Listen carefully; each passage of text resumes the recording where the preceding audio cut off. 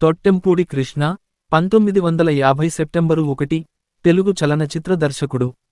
ఈయన చలనచిత్ర పరిశ్రమలోటి కృష్ణగా ప్రసిద్ధుడు.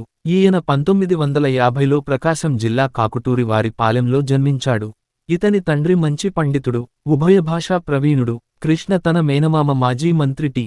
హయగ్రీవాచారి ప్రోద్బలంతో నాటకాలలో ప్రవేశించి మంచి నటుడిగా పేరు తెచ్చుకున్నాడు. ఇతడు ఉస్మానియా విశ్వవిద్యాలయం నుండి 1948లో బి.ఏ. పూర్తి చేశాడు. కొంతకాలం గోలకొండ పత్రికలో సినిమా సమీక్షలు వ్రాయడం, హైదరాబాదులోని ఆలిండియా రేడియోలో గ్రామస్తుల కార్యక్రమాలలో లింగడు అనే తెలంగాణ యాసలో మాట్లాడే పాత్రను నిర్వహించడం వంటివి చేశాడు.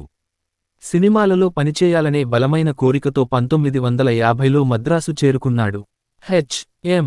రెడ్డి వద్ద దర్శకత్వ శాఖలో అప్రెంటిస్గా చేరాడు. ఆదర్శం అనే సినిమాలో సావిత్రికి జంటగా ఒక హాస్యపాత్రలో నటించాడు. అదే చిత్రానికి అసోసియేట్ డైరెక్టర్గా కూడా పనిచేశాడు. ఎం.వి. రాజన్ వద్ద ఎడిటింగ్లో శిక్షణ తీసుకున్నాడు. రాజ్ కపూర్ తీసిన ప్రేమలేఖలు సినిమాలో ప్రాణ్ కు తెలుగులో డబ్బింగ్ చెప్పాడు. అమర సందేశం చిత్రానికి అసిస్టెంట్ డైరెక్టరుగా, అసిస్టెంట్ ఎడిటర్గా పనిచేశాడు. కృష్ణ ప్రేమ చిత్రంతో ఇతను పూర్తి స్థాయి ఎడిటర్గా మారి 30కి పైగా చిత్రాలకు ఎడిటర్గా ఉన్నాడు. ఇతడు దర్శకత్వం వహించిన తొలి సినిమా ఉపాయంలో అపాయం. ఈయన ప్రతిఘటన, రేపటి పౌరులు, నేటి భారతం వంటి విజయవంతమైన విప్లవాత్మక చిత్రాలకు దర్శకత్వం వహించాడు.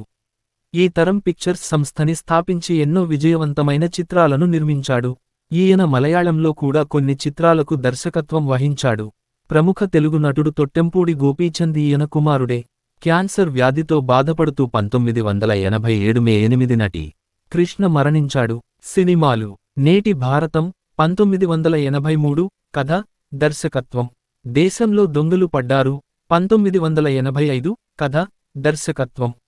దేవాలయం సినిమా 1985, కథ, కథనం, దర్శకత్వం.